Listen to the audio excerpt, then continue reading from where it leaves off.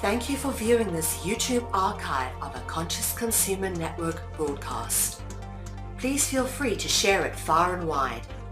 Check out our weekly broadcast guide for weekly updates on scheduled broadcasts. Help keep us on the air by contributing to our network support fund. You can follow us on Facebook and Twitter or get in touch via email. We thank you for supporting free and independent media.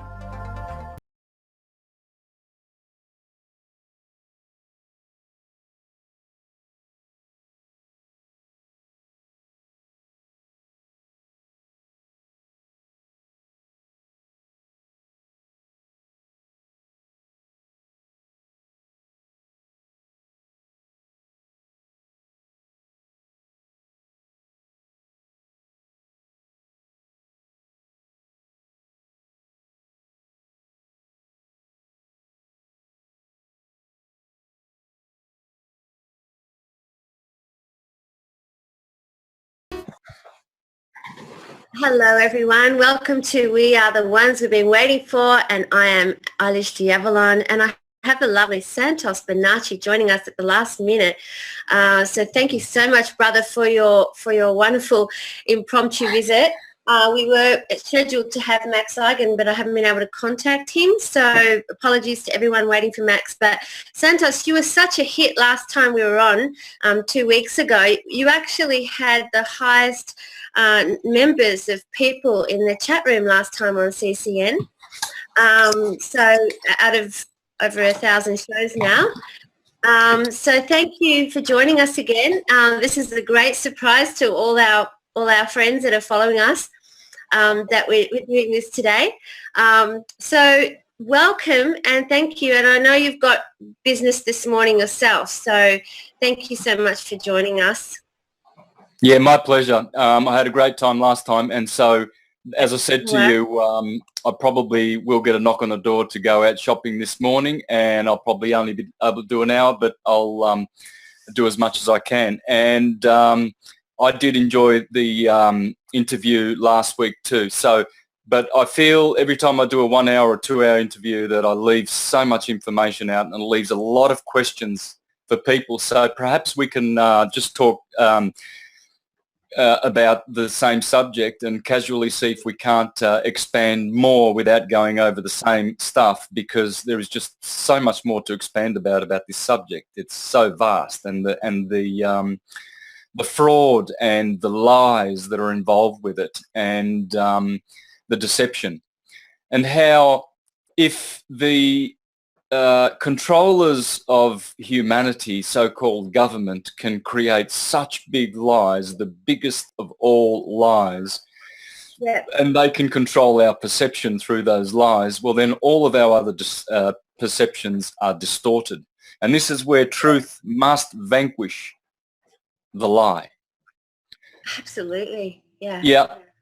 And and truth, reliable truth, can be found in the ancient documents. This is where people have been, again, deceived, and they've been pointed in other directions. They've been led to believe that those documents are myths, and myth is not such a good word. It's like their document. See, the way corporate Christianity works is that all of those indigenous works and all of those, the Vedas and all of these are old myths. Now we have more truth because we're smarter, you see.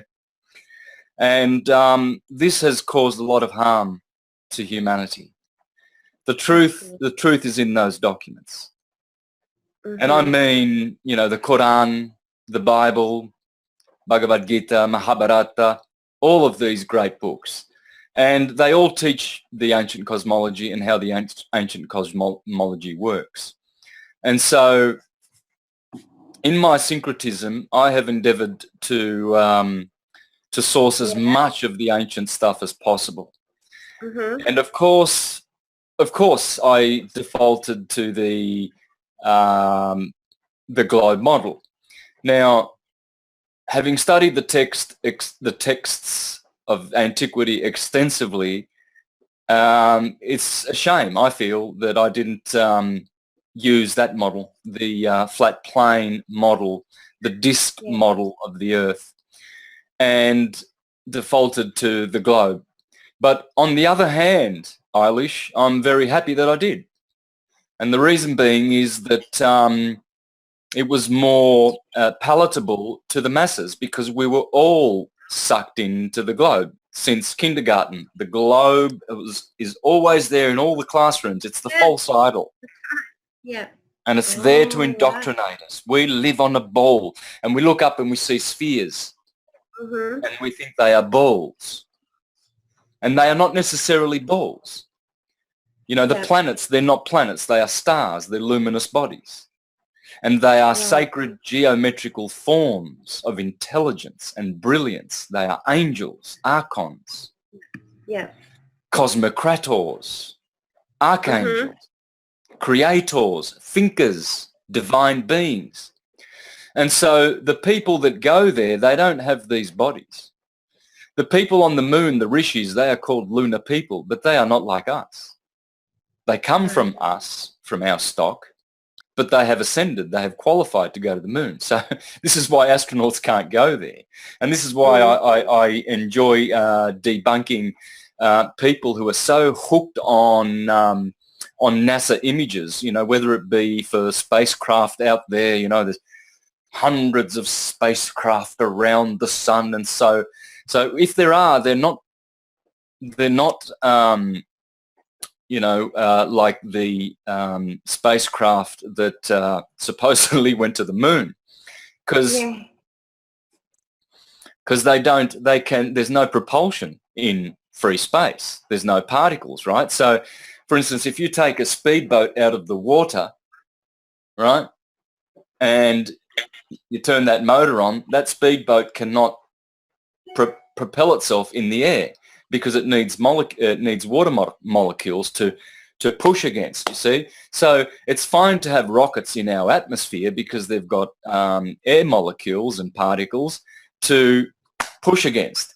But once they get out of, say, I don't know, say 100,000 feet, I'm not sure. Might even be a few thousand miles, maybe 2, 3, 4, maximum 10,000 miles, if there is such a thing that they can go that high.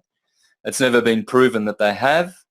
Well, then there are no air particles, you know, and it's just a void. It's just space. So they've already shot themselves in the foot, because they have said officially that they've gone to space with those, they look like go-karts with, you know, with rocket engines on them. Well, rocket engines cannot propel you in free space.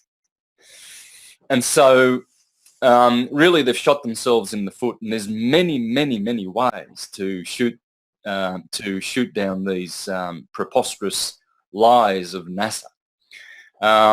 Another one which is very interesting is the gyroscopes. Now, ships, submarines, Mark II, Mark III, Mark IV, I don't know how many marks they're up to now, but they actually use gyroscopes.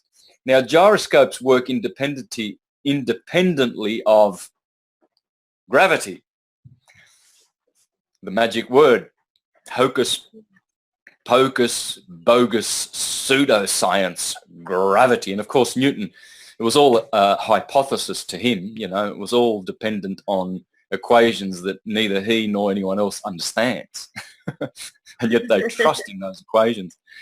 Gyroscopes work independently of gravity, and they must only work on a flat plane. So all of these pilots that are doing all these maneuvers, you know, hoops and twists and turns, they depend on their gyroscopes, which depend on a flat plane. So why they're making these $1 million vessels that depend on gyroscopes for them to know when they're up and facing upward and what have you. Otherwise, they will get lost.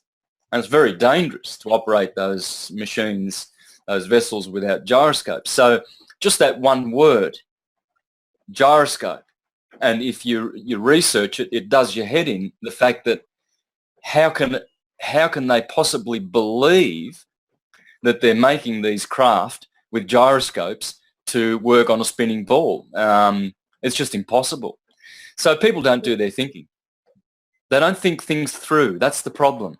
And they trust these institutions. These institutions are governed and controlled by service to self demonic entities. And in Bhagavad Gita, they are called demoniacs. And demoniacs hold sway when demigods allow them to.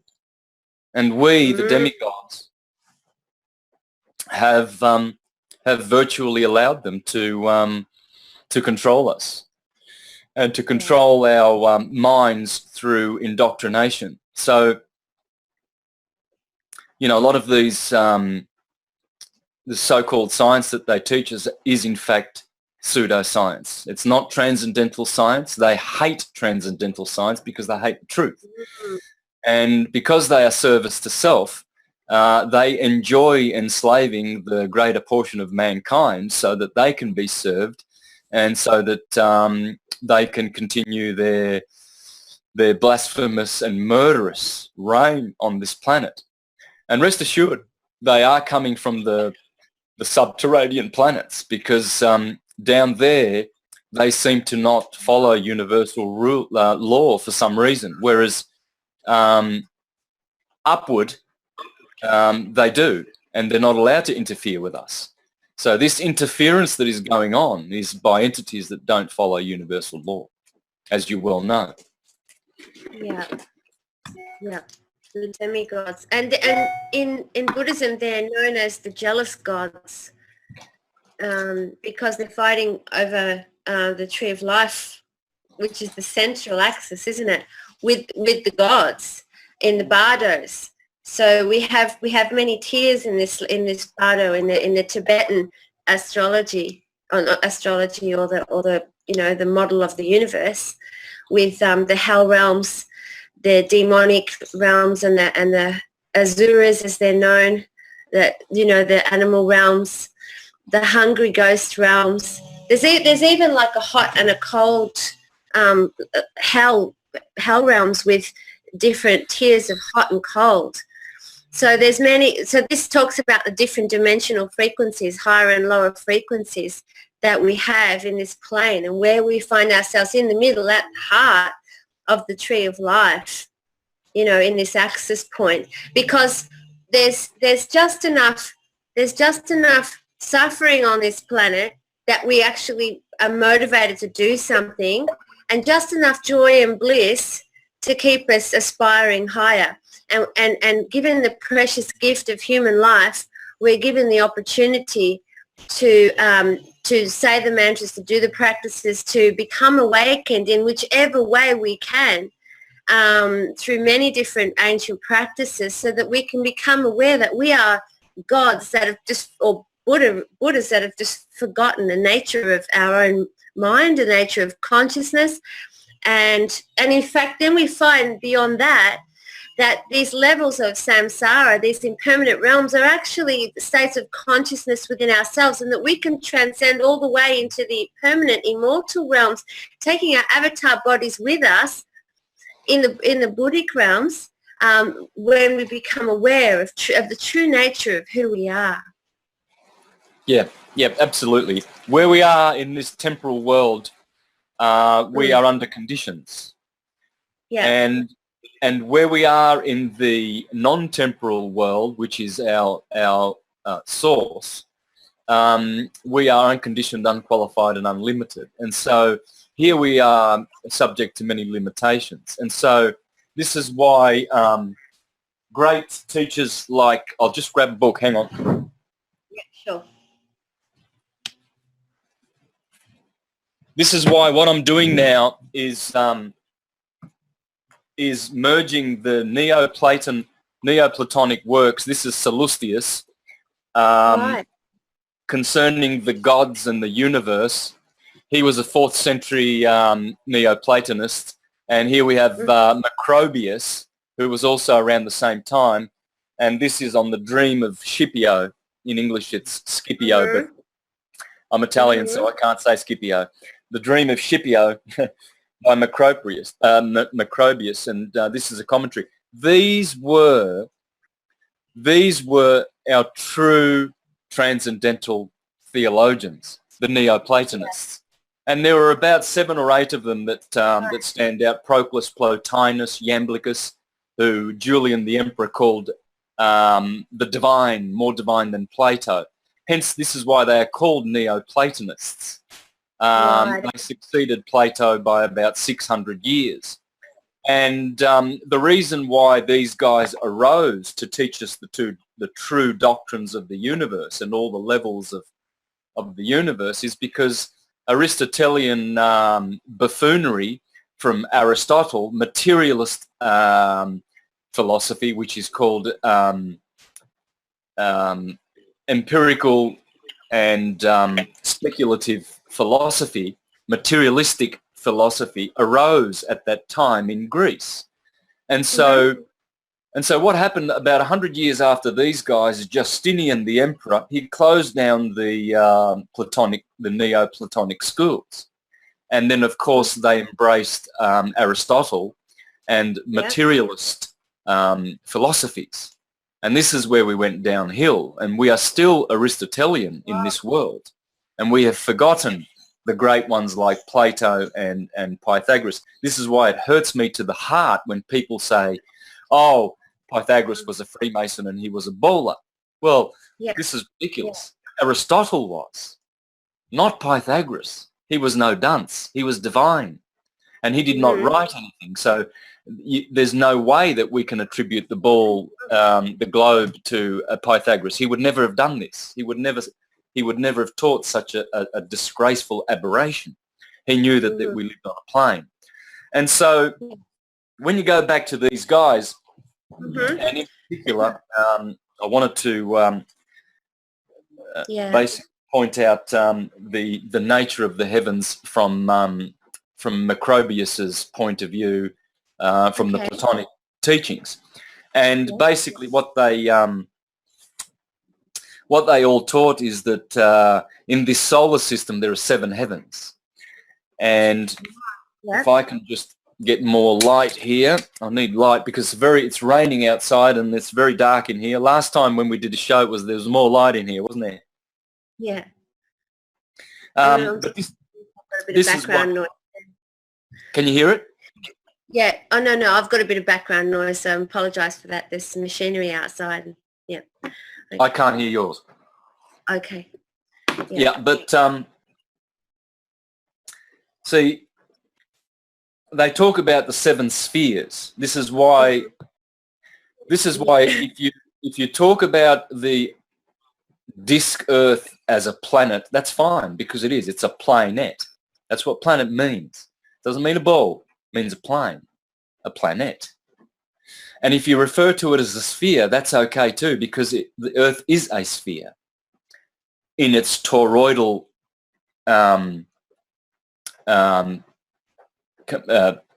way of describing it because it's a torus field. Yeah, and that's what they call the Van Allen belt. You see, of course, they like to give the name for this torus field to a man because they want to take the glory away from the creator. This is why men have their names on the craters of the so-called craters of the moon, and they name mountains and valleys rather than giving glory to the creator who created them. Men assume the glory, you see. So the Van Allen belt is not the Van Allen belt. It is a torus field. And so it will always be, and it will always give glory to the creator, not to a man, Van Allen.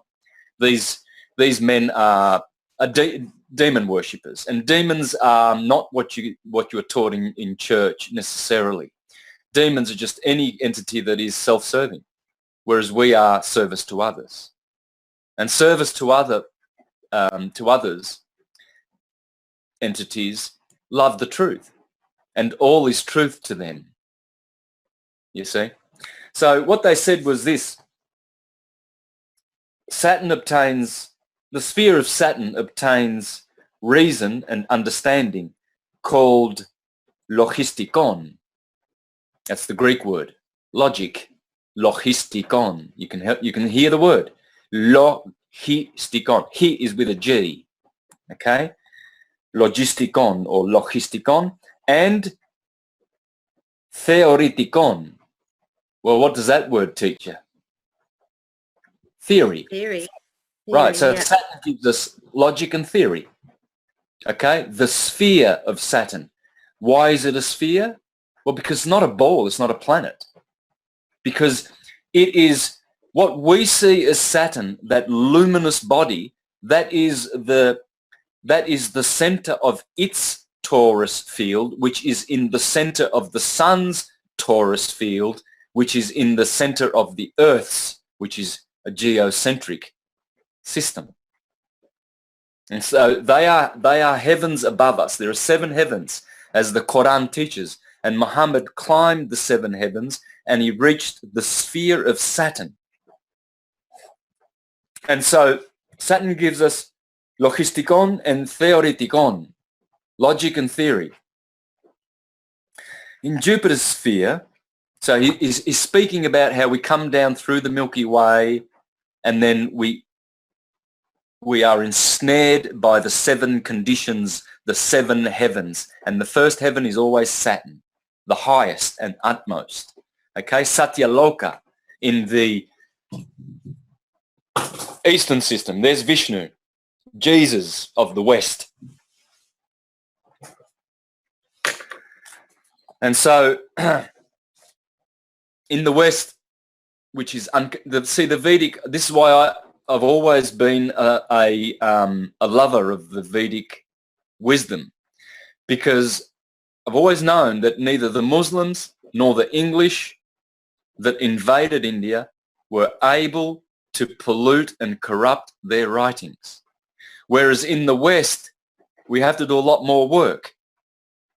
And in my work, I have, how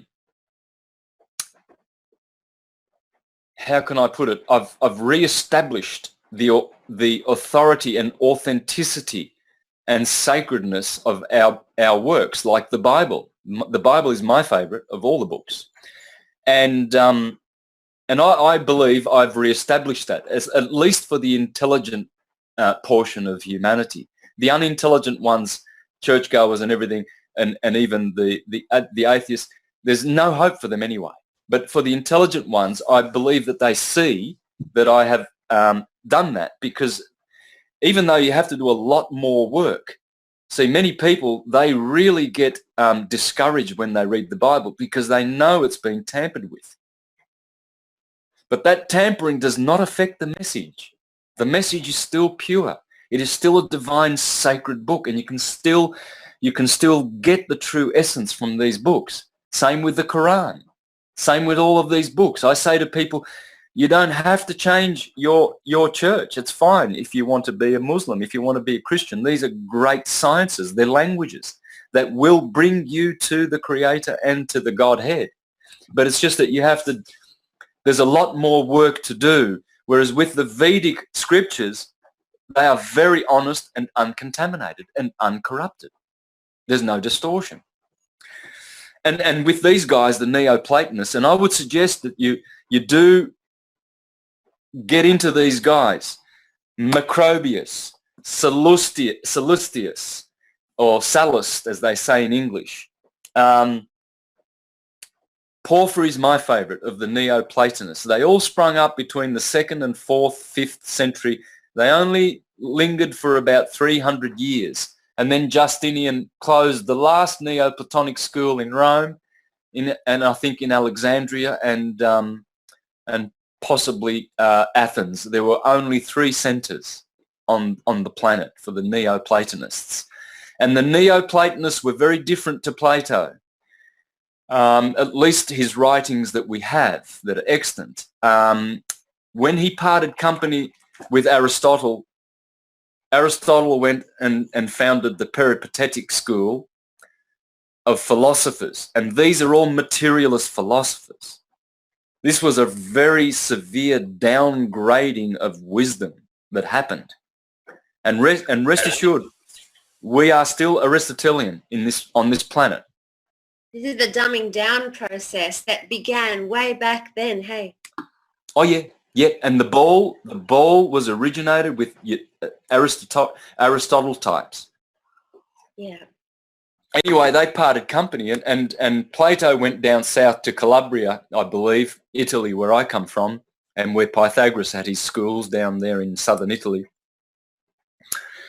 And he went into transcendental theology, but we don't have any of his writings from that period. Either they were destroyed, or he did what Pythagoras did. Pythagoras did not write anything.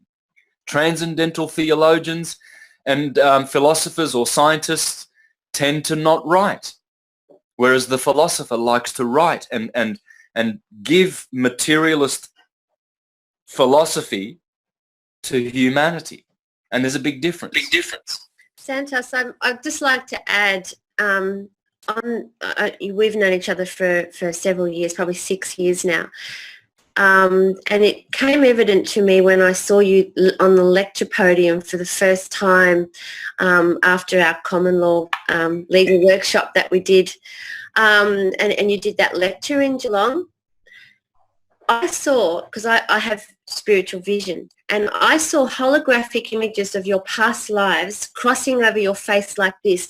And the reason why you're talking about this stuff, Santos, is because I believe you're one of those teachers. I can't put my finger on which teacher you actually were or which philosophical lecturer you were, but that is exactly where I saw you. I saw you in the halls of teaching. I saw you teaching this stuff, and what you're doing is not new to you. This is something that you've done in lifetimes gone by. So it's really great that we're bringing this old knowledge back, and we're bringing it through your avatar. So thank you so much. I just wanted to add that because not many people know that or may see that, but I certainly saw that. Watching you speaking live, up on the stage on the podium in Geelong, that's when I saw your past lives flashing, and I said, he's done this before, over and over and over again. And whenever it's time to bring those old philosophies back, you're there. And so thank you for being there again. And I met you when you had black curly hair. And yeah, I stopped dyeing my hair because oh, okay. But when I saw the overlay, you were white bearded. So it's great. It's like seeing you again. Yeah. So thank you. Yeah, thanks, sister. Look, I'm sure that I would have lived in one of those philosophers, transcendental scientists. I don't know who, but I'm sure, because when you go within, you reawaken this akashic transcendental knowledge, and we all have it. And this is what breaks my heart, to see people slaving for a system which is telling lies to them when they are gods and divine within. And they are waiting to reactivate their Christ consciousness and their Krishna consciousness. And they're not partaking of this beautiful stuff. And it breaks my heart. And I do not rest because they do not rest. You see, I spend my waking hours, I get up in the morning, bang, thinking, and until I go to sleep. And thinking is actually acidic. It creates toxins in the body. And when you saw me in Geelong that time, yes, I had my jet black dyed hair because I was still a musician, and I was still busking there in Melbourne in the Burke Street Mall up until 2012.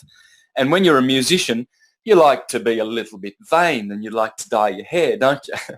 And so, but I was dyeing my hair since I was in my late 30s, 39. So now I'm 52.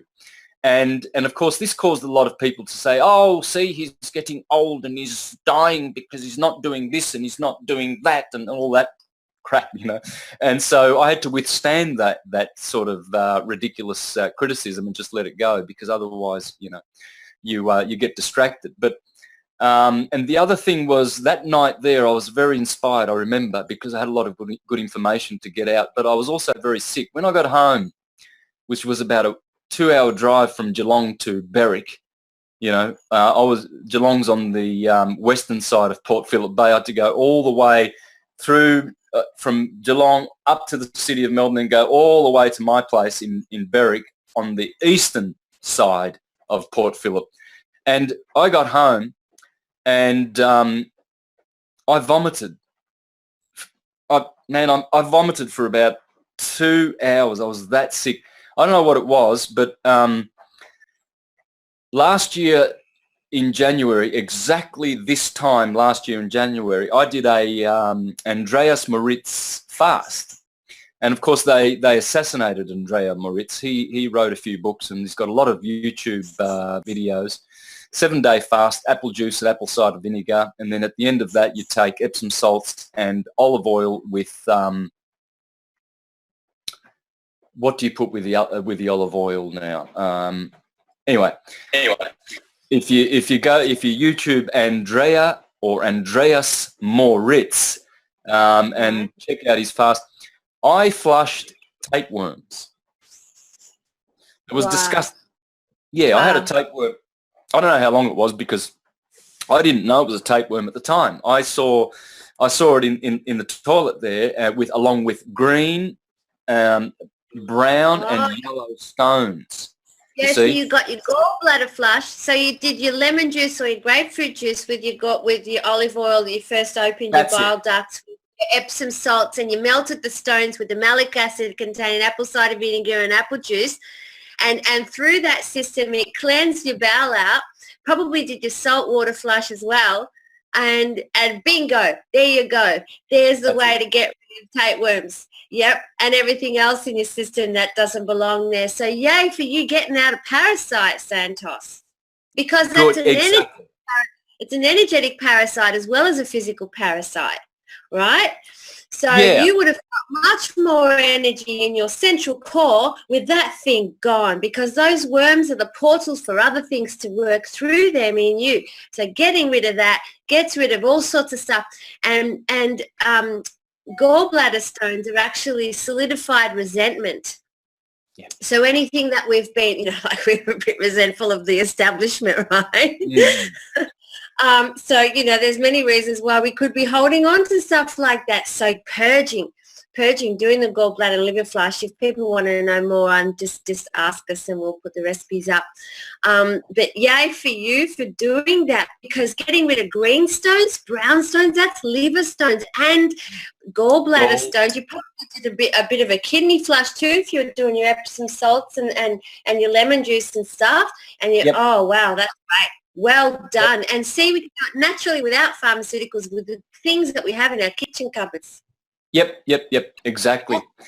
And so, and that was taking all my nutrition. That was zapping me. That was absolutely sucking the life out of you. Look, seriously, from when I met you back in 2010 to when I saw you just before your fast, I was worried about you. I thought, he's not eating enough. That raw vegan thing mustn't be doing him much of a service. I was like, but why? Everyone on raw vegan is happy and shiny. What's going on? Because your wife was making all those raw vegan things at the time, and I knew the diet you were having because I was sharing the same sort of diet. You were, and I was like, what's going on?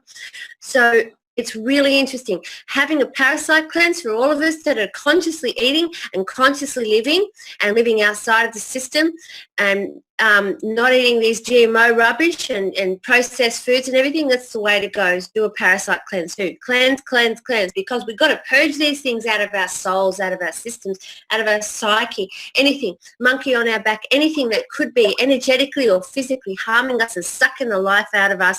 Thank God you got rid of that thing. Yep. This is why you should never judge. You make judgments based on your perception. As they say, don't judge a fish by how well it can climb a tree. So people were saying, oh, Santos is going grey now. He looks like he's dying and blah, blah, blah, blah, blah. So the vegan lifestyle and the vegetarian lifestyle is hocus pocus. And so these people... Yeah. they compound their own stupidity and deception by deluding themselves with all of the teachings of demoniacs, which teach that meat is good for you, it builds you up and everything, and all of these lies. You know, one of the biggest lie is meat eating. It is pure satanic demon worship at the core. And the three big, the three biggies are meat eating, the globe, and gravity. These are the most disgusting aberrations ever to have visited any part of the universe in existence. Those three. And I'm going after them until I draw my last breath. I will deflate these demonic teachings until I live. And I will not give myself peace until they're gone. And then I will enjoy peace, my own peace. Again, as I said... Yeah, the Bhagavad Gita talks about it too. I mean, one of the worst insults that you can give someone is call them a dog eater, because there's one level of sin or bad karma when you're eating such a peaceful animal like a cow that has a karma-free life, okay, and that just gives and gives of herself, right? There's one kind of karma for that. But if you eat a dog that eats the cow, right, that's the worst level of insult that you can give someone, besides sister fucker, which is another Indian insult. But we're talking about meat eating here. And, you know, the Bhagavad Gita talks about it. In fact, those who kill animals, those who kill will be killed. Those who eat animals will incarnate as the animals they eat and will be eaten by other dog eaters. And that's in the Bhagavad Gita. Now, you know, there's many teachings, ancient teachings about how we're going backwards while we're eating each other. And these Satanists that are running the political systems and the clergy that's, you know, pretending to control us and attempting to do that with their papal bulls and everything, is a satanic organization that's eating our own children. Where are these missing children going? There's children in cages, and this is what motivates me to continue doing this show. As dark as that subject is, this is what's motivating me. It's the kids in cages. It's the fact that we got to stop eating each other, whether that's, you know, any sentient being. And live a pure lifestyle. Live a, you know, karma-free eating is one of the pathways to paradise. It's intrinsic part of pathway to paradise. We can't get there while we've still got blood on our lips of our, you know, because we're ingesting suffering, not just you know, the meat itself that's putrefying within our bowels, and we're eating death. We're also eating fear. You know? So we're going to be eating fear. We're eating fear every time we turn on the fucking news. That's why I'm a disenfranchised Murdoch journalist, Santos. Because I can't report on bullshit anymore. That's right. You know, we can't print that because, you know, our advertisers might not like that. Well, fuck you, you know. Yeah, for sure. 100%. This is why I'm on alternative media, talking like it is, telling it how it is, and interviewing people like your good self that are actually teaching people, opening their minds to the ancient teachings. So thank you. I'm so honoured to know you and to have you as part of the, you know, our truth family, Santos. Yeah, you know? thanks, Eilish. And now I'm doing it properly. I'm not mixing pseudoscience with transcendental science. So no more ball.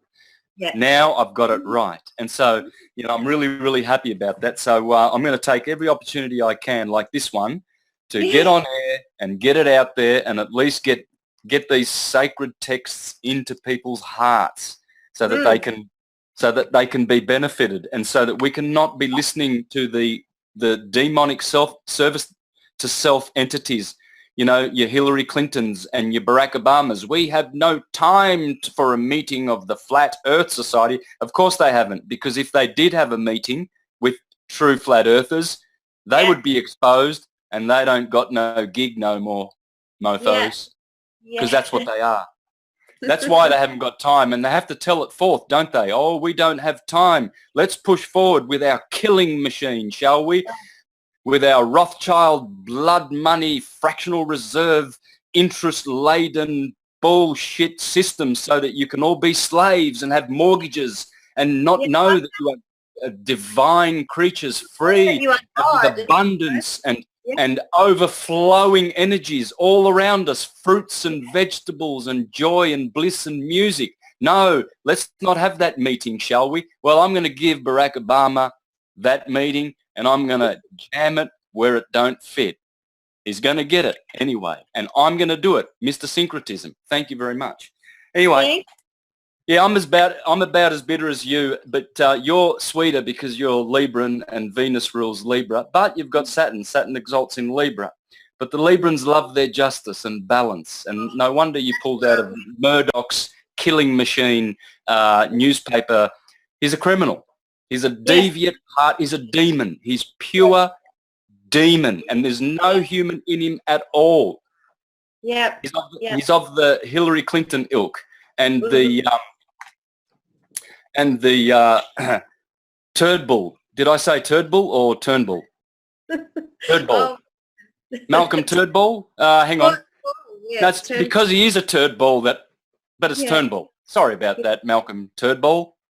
But anyway, yeah. So I'm Aries, and Aries. See, in Greek, Aries is Krios, the judge. Yes. Krios, and so opposite me is you, the scales. And so when you go to court, you see the judge wears the lamb's wool headdress because he's Krios, criticizing, critiquing, judging the white lamb. And above him is your sign, Venus, holding up the scales of justice, blindfolded, because both of those signs are at the equinox and they are balancing.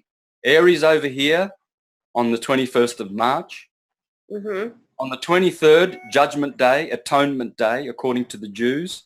Funny how the autumnal equinox is called At-One-ment Day, Judgment Day, because this is where judgment happens. It's at the middle of the wave. So we are at the equinox. We're balancing the wave and judging. Aries, Krios, and the scales. And so, and because we're cardinal signs, the cardinal are more expansive and explosive with their energy, and more direct and directional in their energy. So they start things. They get people motivated. They look forward and bring with them in their wake people who want to finish the work that they initiate. They, the mutable signs like Sagittarius, Gemini, they finish the work that we start, So it's good. You and I have very, very accommodating signs for the work that we are doing. Let me finish this though, because this is spiritually orgasmic, transcendental, blissful truth. And I beg everybody please to at least read Sallustius, The Gods and the Universe. And this will, and then when you start reading Bhagavad Gita and all of Srimad Bhagavatam and all of these beautiful great works, this is the best book I've ever read in my life. Hang on, I've got Ryan on the phone trying to call me. I'll tell him on the Skype. I'll tell him to stop. I'm on... Sure. All right, so let me just continue then with that, eh? How's that? Yep, great. Thanks, please. I know you're loving this, sister. I love this stuff. Yeah, So we read about Saturn. So our souls come through these seven heavens and land on this plane called Earth. Heart, same word. Ether, same word. Yeah. Okay? Yeah. We'll have a look at that in a minute. In Jupiter's sphere, remember what I said about sphere? See, because Saturn is the ruler of the rings. He's the lord of the rings because he's the first sphere. So the center of his torus field actually controls a whole sphere which surrounds our Earth. So we live in these concentric 10 or 7. I'll explain why there's 10 in some systems and 7 in another system, but you can take either one. So, but starting with the 7th sphere of Saturn, he rules a sphere. In Jupiter's sphere, the power to act, called praktikon. Are you getting this? Praktikon, practice. Yeah. In Mars' sphere, a bold spirit is, I want to get this right. Hang on, I'll just grab some light. Sorry. Yep.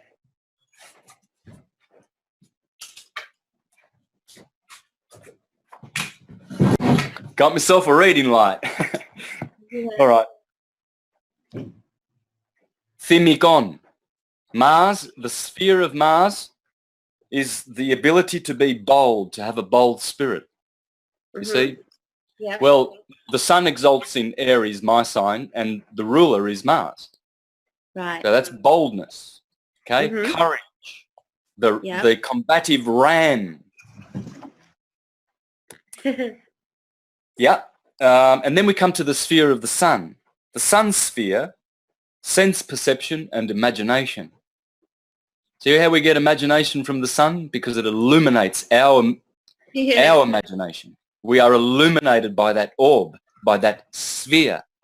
And yet it is not a sphere. The sun is not a sphere in that it is a ball. It appears to be. Right.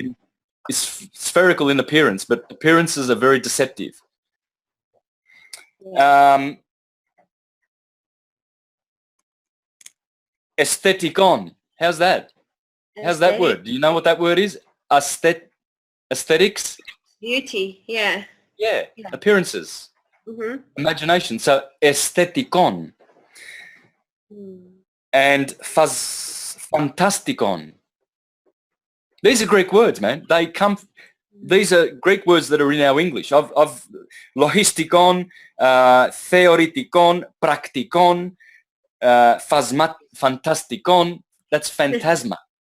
Yeah. So the sun gives us the ability to see phantasmas, things that are fantastic with our mind's eye. Yeah. Then we come to Venus's sphere, the impulse of passion. You see, this is why Venus is always venerated, veneer, but she's also venereal. You see? Right. Venerate. But on the negative side, she is Aphrodite and she seduces. Yeah. So she gives us the impulse of passion. But passion is good as long as it's balanced with goodness. There are three modes in Vedic science: the mode of ignorance, the mode of passion, and the mode of goodness. And we are always operating under these modes. So it's always appropriate that we act with our dharma and our karma. We act in the mode of goodness. Passion is good, but we don't ever want to be acting in the mode of ignorance.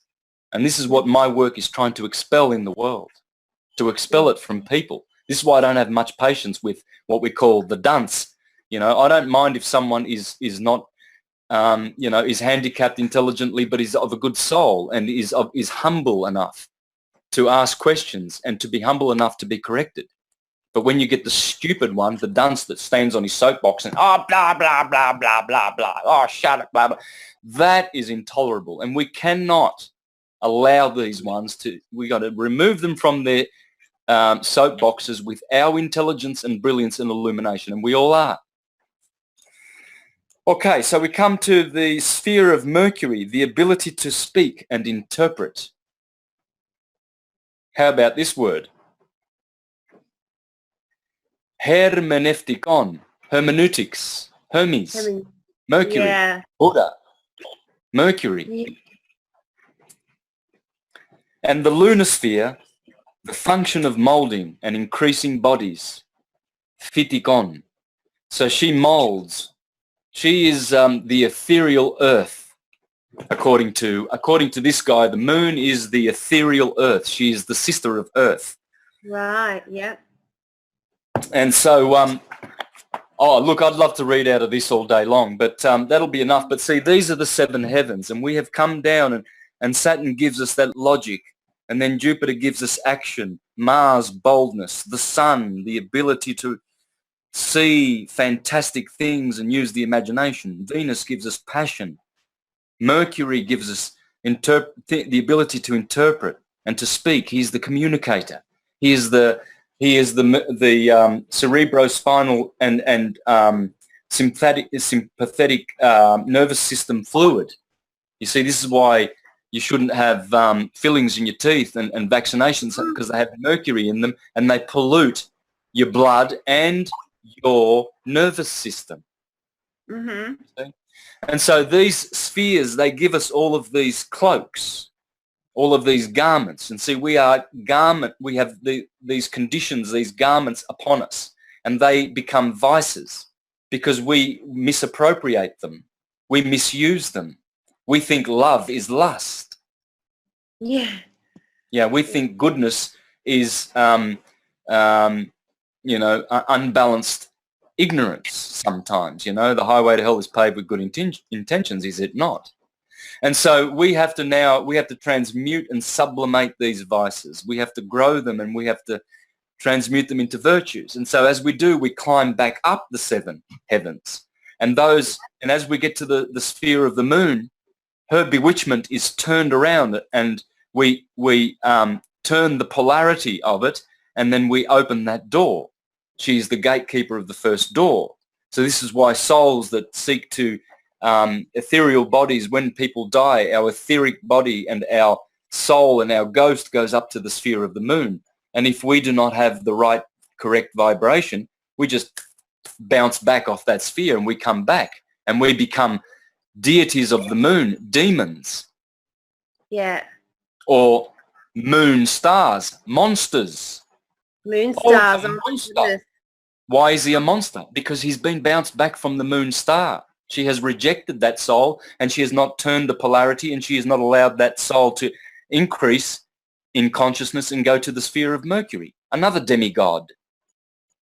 We shall not worship the orbs. We are not worshippers of the sun. We know that the sun is the teacher of the true sun, Krishna, Christ in the heavens. But we're not sun worshippers. You see? Yeah. And so if we expand and we go to the sphere of Mercury, then Mercury, if our souls have that vibration and more, Mercury will open his door, and we shall go through that sphere. You see? And this is why the sun, who is called Vivasvan, or Surya in the Bhagavad Gita, Krishna has instructed the being of the sun. Our sun in the sky is already instructed as to how to treat us and how to grow us and how to save us. And the sun has a name, which is Jesus Christ. And Jesus Christ, just because it is represented in the sun, it doesn't mean that it is an inanimate, impersonal being. Jesus Christ is a person. Such as the Creator is a person, because persons cannot come from no person. Yeah. Yeah. Yeah. Yeah. And so, and then if we reach the sun, and the sun, which is the chief savior, the Salvator, sal meaning salt, salvation, we can ascend through the rings of Saturn, and we have to go through Mars, Jupiter, Saturn, and then escape through into Uranus' sphere, which is the Milky Way and the fixed stars, the 8th sphere. Yeah, yeah. And that is how we ascend. That is what ascension is. Ascension is happening within us. And so when you look at the chakras along the spine, and isn't it interesting that the spine in Bhagavad Gita in the East is called Merudanda? Meru, yeah. Mount Meru, Merudanda. Yeah. Your spine is Meru, Mount Meru. And so along the spine, along the spinal vertebrae, the spinal cord, which is 8 inches long in a man, 18, half of 36, 360. So 18 being the number of the sun. Oh, I wonder why now. Well, because the spinal cord, 18 inches long in a man, 17 in a woman, is half a yard. And that's the yardstick, the backyard, right? Along there are 7 plexuses, and they are the chakras, the wheels of Ra. And so the bottom one is the moon, the red one. Red is blood. She's the bleeder. Menstruate. Moon. Okay. And so that red color has to do with fear. So that's why people fear the moon. They think the moon is evil. Well, Nephthys is evil, but not Isis, her sister. So when the moon is waxing, she is good.